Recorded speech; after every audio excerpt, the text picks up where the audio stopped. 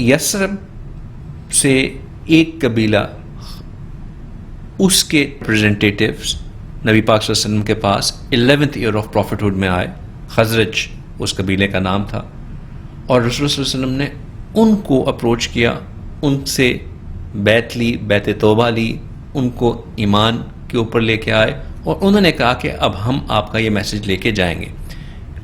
As a leader for a big change, رسول اللہ صلی اللہ علیہ وسلم نے اس چینج کی تیاری کرنا شروع کی دو طریقوں سے. چینج کو ایگزیکیوٹ کیا اور change preparation. As a leader change management is a massive task. بالکل, لوگوں کو چینج کے لیے تیار کرنا ایک بہت اہم پرسپیکٹو ہے, اور اس میں سب سے پہلے آپ چینج مینیجرز اسائن کرتے ہیں, وہ لوگ جو کہ اس چینج کے اسپانسر بنتے ہیں آپ کے بہاف پہ, جو جا کے آگے اس چینج کو ایگزیکیوٹ کرتے ہیں. کوئی بھی چینج ابرپٹ نہیں ہو سکتی. There always needs to be some change sponsors, جو کہ نیچے والے لوگ ان کو ٹرسٹ کرتے ہوں, اور آپ بیکاز جب آپ چینج کریں گے, لے کے آنے لگیں گے, لوگ آپ کو with an eye of suspicion دیکھیں گے, واٹس ان اٹ فار ہم, یہ کیوں ایسا کر رہا ہے, یہ ہمارا کیا بنے گا, ہمارے لیے کیا اس میں ہے.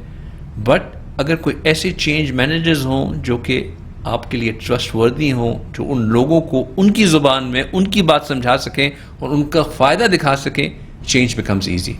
اور شیخ بلال, ہمیں یہ بھی نظر آتا ہے کہ یہ جو لوگ آئیڈینٹیفائی ہوئے, یہ صرف اس وقت کے مسلمانوں سے نہیں ہوئے. ایون جو 10 لوگ ہمارے پیغمبر صلی اللہ علیہ وسلم کو انویٹیشن دینے آئے تھے یثرب کی, ان میں سے غالباً 7 لوگ جس کو پڑھے لکھے ہم کہیں گے, وہ پڑھنے لکھے والے تھے لوگ تھے. اور وہ کہاں سے پڑھے لکھے تھے؟ وہ اسی مدرسے سے پڑھے لکھے تھے جو کہ مدینہ اور یثرب ایٹ دا ٹائم میں پایا جاتا تھا. جس کا مطلب یہ کہ جب یہ پڑھے لکھے لوگ واپس جا کے انہوں نے وہاں پر پریپریشن کا کام شروع کیا, تو بالکل اس طرح آپ نے بتایا, ان کا میسج بھی لوگوں نے زیادہ بہتر سنا ایز اپوز ٹو کہ کوئی رینڈم لوگ. اب اس کا فائدہ یہ ہوا کہ اگلے سال صرف خزرج کے لوگ نہیں آئے, بالکل اوس کے لوگ بھی آئے. پہلے صرف ایک قبیلے کے آئے تھے, اب دوسرے قبیلے کے بھی آئے. اس سال آپ نے ان دونوں قبائل کے جو انفلوئنسرز تھے, آج کل کے زمانے کے انفلوئنسرز تھے, انفلوئنشل پرسنالٹیز کو اپنے فولڈ میں لیا, اور ایک بہت ہی زبردست بریلینٹ موو کی کہ ان کے ساتھ ایک اپنا ٹرینڈ یوتھ سبحان اللہ وہ بھی اسائن کر دیا, مصعب بن عمیر رضی اللہ تعالیٰ عنہ. سبحان اللہ. ان کی بھی عجیب کہانی ہے, کبھی سننے کا موقع ملے تو دل وہی جاتا ہے. عمیر ہیں جن کو بہت دفعہ ہمارے پیغمبر صلی اللہ علیہ وسلم نے جب وہ ریڈز پہ جاتے تھے یا باہر جاتے تھے تو مدینہ منورہ کا کسٹوڈین بھی چھوڑ کے جاتے تھے, اور ایج اگین کا کوئی تعلق لیڈرشپ یا میچورٹی سے نہیں ہے. اور یہ جب اسلام لائے تو اس وقت ایک شاہانہ زندگی گزارتے تھے.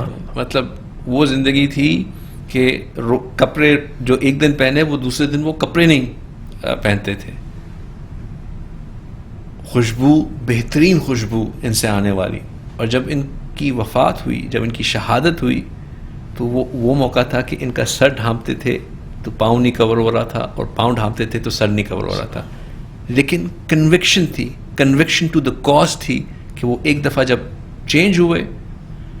اچھا ایک اور بات عمر, کہ ہم کہتے ہیں نا کہ اسلام میں ایک بڑا خوبصورت کانسیپٹ ہے, اور یہ بھی رسول صلی اللہ علیہ وسلم نے لوگوں کو ریوارڈ سسٹم جو سکھاتے رہتے تھے, وہ یہ تھا کہ اگر آپ کسی کو کوئی چیز سکھائیں گے, اس کے بعد جتنے لوگ وہ چیز آپ کے سکھانے کی وجہ سے کریں گے, ان سب کا اجر آپ کو ملے گا.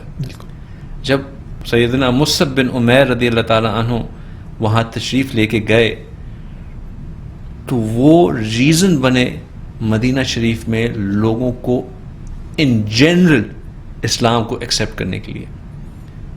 لہٰذا اس کے بعد جتنا اسلام پھیلا, سبحان اللہ, اس سب کا اجر سیدنا مصعب بن عمیر رضی اللہ تعالیٰ عنہ کو جاتا ہے. کیا کمال بات ہے. رسول اللہ صلی اللہ علیہ وسلم نے ان کو چوز کیا, وہ وہاں گئے اور انہوں نے لوگوں میں عام کیا. اگلے سال, نا دس از 13th ایئر آف پروفٹہڈ, اس میں ایک بڑی ڈیلیگیشن آئی جس میں عورتیں بھی تھیں, بچے بھی تھے, اور باقی مرد بھی تھے. پھر یہاں پہ ان لوگوں نے ایک جنرل آپ صلی اللہ علیہ وسلم سے پلیج کیا, پرومس کیا, آپ کو پروٹیکشن کا وعدہ کیا اور آپ کو دعوت دی. اب یہ 3 سال گنوانے کا مقصد کیا تھا کہ یہاں پہ بہت ساری لیڈرشپ کوالٹیز ڈفرینٹ لیول کے اوپر ایگزبٹ ہو رہی تھیں, اور ان کو اسٹڈی کرنا کسی بھی لیڈر کے لیے جو کہ چاہتا ہے کہ اب وہ اپنی چیز کو گرو کر سکے, ایک نیکسٹ لیول کے اوپر لے کے جا سکے, سمجھنا بہت ضروری ہے.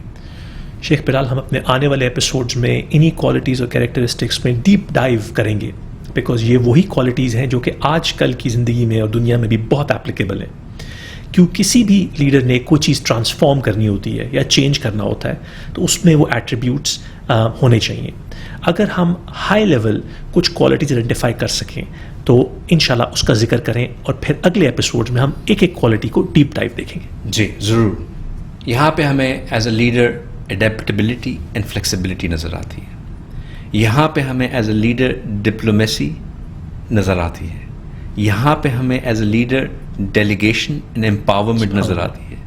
یہاں پہ ہمیں ایز اے لیڈر انکلوسیونیس نظر آتی ہے. There were women who were also included in this thing. صرف یہ نہیں تھا کہ مرد ہی مرد کیے جا رہے, بچوں اور عورتوں کو بھی آخر میں آن بورڈ لیا گیا تاکہ وہ بھی اپنے لیول کے اوپر اس چیز کے اوپر کام کر سکیں.